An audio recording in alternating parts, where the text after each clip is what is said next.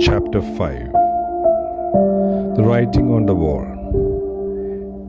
King Belshazzar gave a great banquet for 1,000 of his nobles and drank wine with them. While Belshazzar was drinking his wine, he gave orders to bring in the gold and silver goblets that Nebuchadnezzar his father had taken from the temple in Jerusalem, so that the king and his nobles, his wives, and his concubines might drink from them. So they brought in the gold goblets that had been taken from the temple of God in Jerusalem, and the king and his nobles, his wife and his concubines drank from them. As they drank the wines, they praised the gods of gold and silver, of bronze, iron, wood, and stone. Suddenly the fingers of a human hand appeared and wrote on the plaster of the wall near the lampstand in the royal palace. The king watched the hand as it wrote. His face turned pale, and he was so frightened that his legs became weak and his knees were knocking. The king summoned the enchanters, astrologers, and diviners. Then he said to these wise men of Babylon, "Whoever reads this writing and tells me what it means will be clothed in purple and have a gold chain placed around his neck, and he will be made the third highest ruler in the kingdom." Then all the king's wise men came in, but they could not read the writing or tell the king what it meant. So King Belshazzar became even more terrified, and his face grew more pale. His nobles were baffled. The queen, hearing the voices of the king and his nobles, came into the banquet hall. "May the king live forever," she said. "Don't be alarmed. Don't look so pale. There is a man in your kingdom who has the spirit of the holy gods in him. In the name of your father, he was found to have insight and intelligence and wisdom like that of the gods. Your father, King Nebuchadnezzar, appointed him chief of the magicians, enchanters, astrologers, and diviners. He did this because Daniel, whom the king called Belteshazzar, was found to have a keen mind and knowledge and understanding, and also the ability to interpret dreams, explain riddles, and solve different problems. Call for Daniel, and he will tell you what the writing means." So Daniel was brought before the king, and the king said to him, "Are you Daniel, one of the exiles my father, the king, brought from Judah? I have heard that the spirit of the gods is in you, and that you have insight, intelligence, and outstanding wisdom. The wise men and enchanters were brought before me to read this writing and tell me what it means, but they could not explain it. Now I have heard that you are able to give interpretations and to solve difficult problems. If you can read this writing and tell me what it means, you will be clothed in purple and have a gold chain placed around your neck, and you will be made the third highest ruler in the kingdom." Then Daniel answered the king, "You may keep your gifts for yourself and give your rewards to someone else. Nevertheless, I will read the writing for the king and tell him what it means.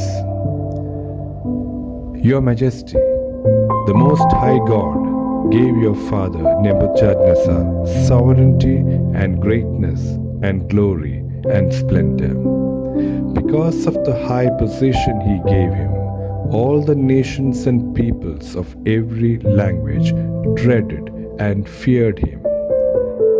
Those the king wanted to put to death, he put to death. Those he wanted to spare, he spared. Those he wanted to promote, he promoted. And those he wanted to humble, he humbled. But when his heart became arrogant and hardened with pride, he was deposed from his royal throne and stripped of his glory. He was driven away from people and given the mind of an animal. He lived with the wild donkeys and ate grass like the ox. And his body was drenched with the dew of heaven until he acknowledged that the Most High God is sovereign over all kingdoms on earth and sets over them anyone he wishes. But you, Belshazzar, his son, have not humbled yourself, though you knew all this. Instead, you have set yourselves up against the Lord of heaven. You had the goblets from his temple brought to you and your nobles, your wives and your concubines drank wine from them. You praised the gods of silver and gold, of bronze, iron, wood and stone, which cannot see or hear or understand. But you did not honor the God who holds in his hand your life and all your ways. Therefore, he sent the hand that wrote the inscription. This is the inscription that was written. Mene, Mene, Tekel, Parsin. Here is what these words mean. Mene, God has numbered the days of your reign and brought it to an end. Tekel, you have been weighed on the scales and found wanting. Perez, your kingdom is divided and given to the Medes and Persians. Then, at Belshazzar's command, Daniel was clothed in purple. A gold chain was placed around his neck, and he was proclaimed the third highest ruler in the kingdom. That very night, Belshazzar, king of the Babylonians, was slain, and Darius the Mede took over the kingdom at the age of 62.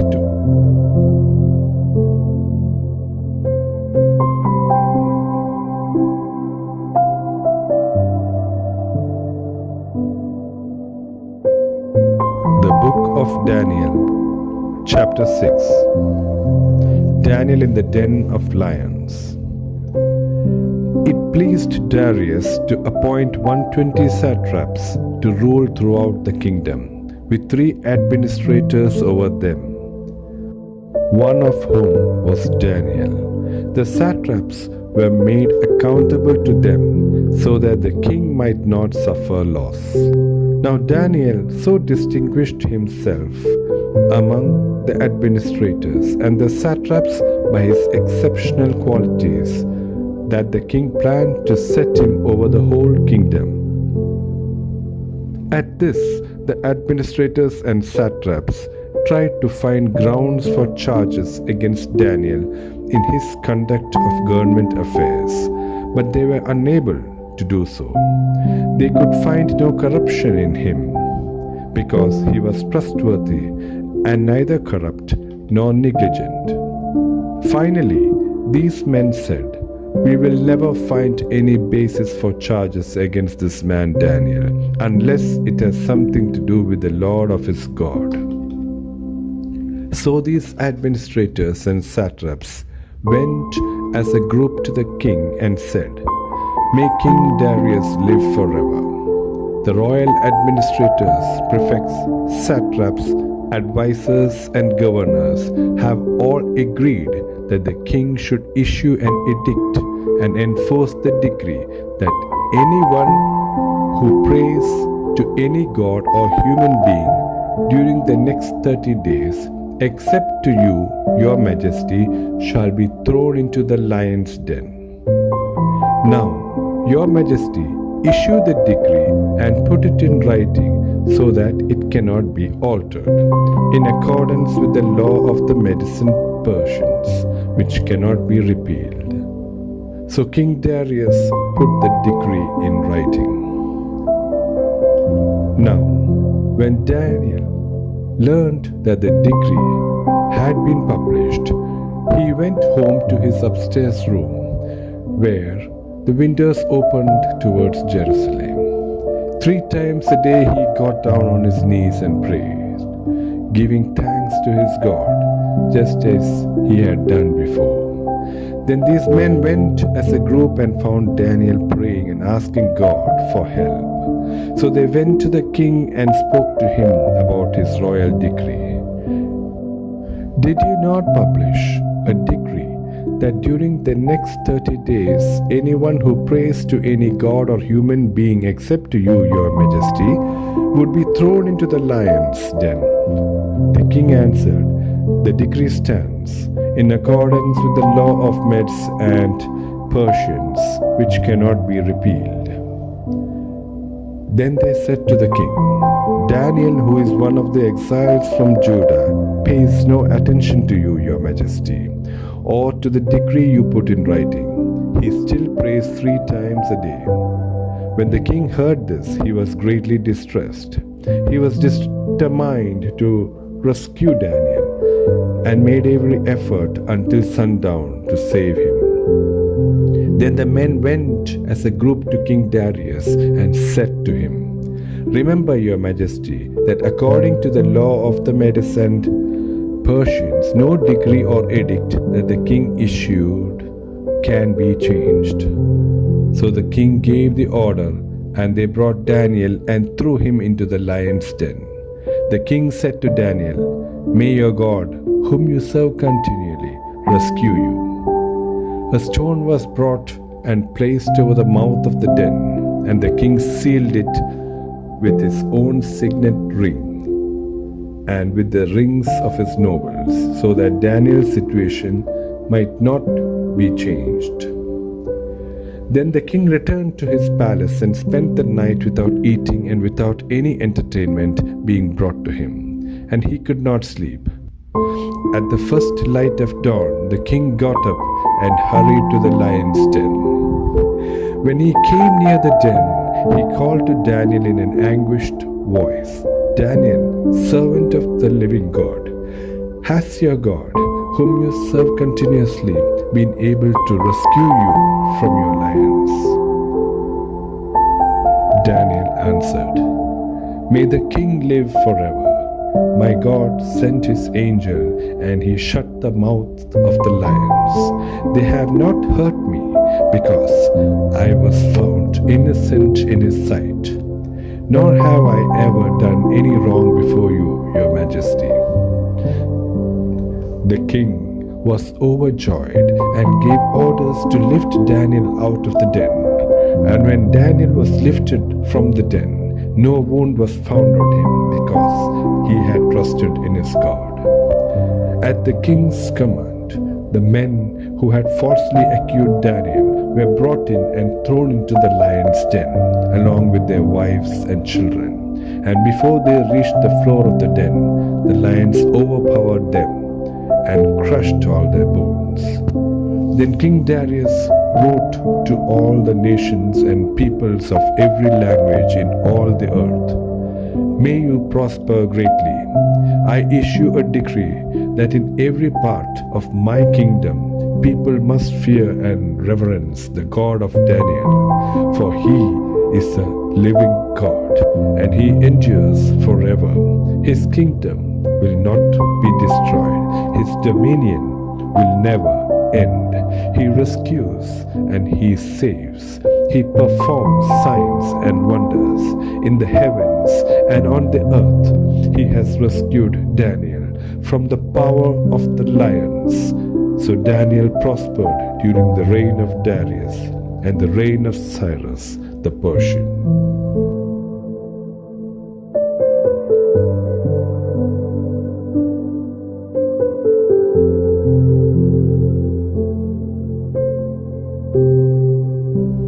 The Book of Daniel, Chapter 7. Daniel's Dream of 4 Beasts.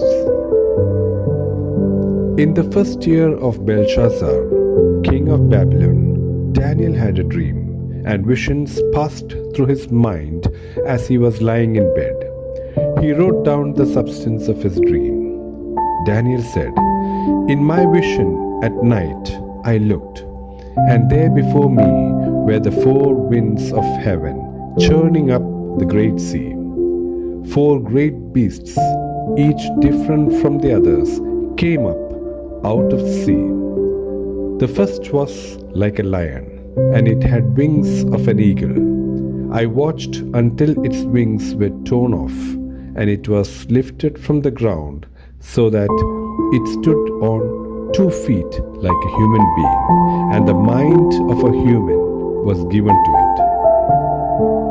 And there before me was a second beast, which looked like a bear. It was raised up on one of its sides, and it had 3 ribs in its mouth. Between its teeth it was told, 'Get up and eat your fill of flesh.'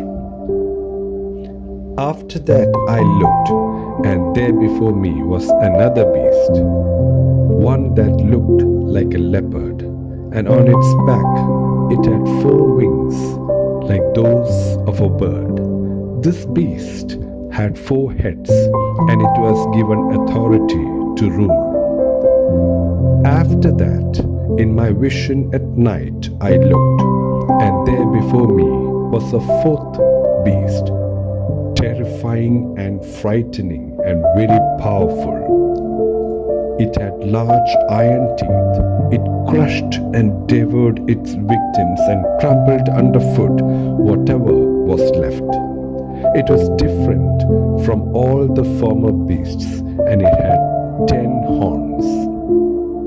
While I was thinking about the horns, there before me was another horn, a little one, which came up among them, and 3 of the first horns were uprooted before it. This horn had eyes like the eyes of a human being, and the mouth that spoke boastfully. As I looked, thrones were set in place, and the Ancient of Days took his seat. His clothing was as white as snow. The hair of his head was white like wool. His throne was flaming with fire, and his wheels were all ablaze. A river of fire was flowing, coming out from beside him. Thousands upon thousands attended him. 10,000 times 10,000 stood before him. The court was seated, and the books were opened. Then I continued to watch because of the boastful words the horn was speaking. I kept looking until the beast was slain and its body destroyed and thrown into the blazing fire. The other beasts had been stripped of their authority but were allowed to live for a period of time. In my vision at night I looked, and there before me was one like a son of man, coming with the clouds of heaven. He approached the Ancient of Days and was led into his presence. He was given authority, glory, and sovereign power. All nations and peoples of every language worshipped him. His dominion is an everlasting dominion that will not pass away, and his kingdom is one that will never be destroyed. I, Daniel, was troubled in spirit, and the visions that passed through my mind disturbed me. I approached one of those standing there and asked them the meaning of all this. So he told me and gave me the interpretation of these things. The 4 great beasts are 4 kings that will rise from the earth, but the holy people of the Most High will receive the kingdom and will possess it forever. Yes, forever and ever. Then I wanted to know the meaning of the fourth beast, which was different from all the others and most terrifying, with its iron teeth and bronze claws. The beast that crushed and devoured its victims and trampled underfoot whatever was left. I also wanted to know about the 10 horns on its head and about the other horn that came up before which 3 of them fell. The horn that looked most imposing than the others, and that had eyes and the mouth that spoke boastfully. As I watched, this horn was waging war against the holy people and defeating them until the Ancient of Days came and pronounced judgment in favor of the holy people of the Most High. And the time came when they possessed the kingdom. He gave me this explanation.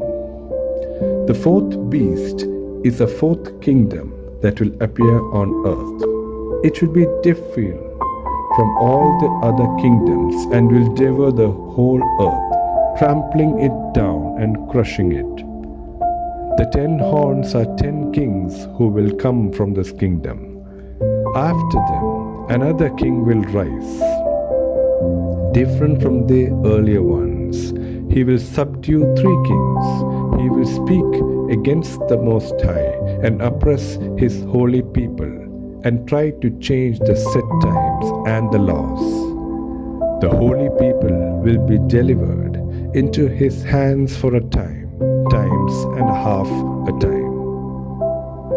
But the court will sit, and his power will be taken away and completely destroyed forever. Then the sovereignty, power, and greatness of all the kingdoms under heaven will be handed over to the holy people of the Most High. His kingdom will be an everlasting kingdom, and all rulers will worship and obey him. This is the end of the matter. I, Daniel, was deeply troubled by my thoughts, and my face turned pale, but I kept the matter to myself.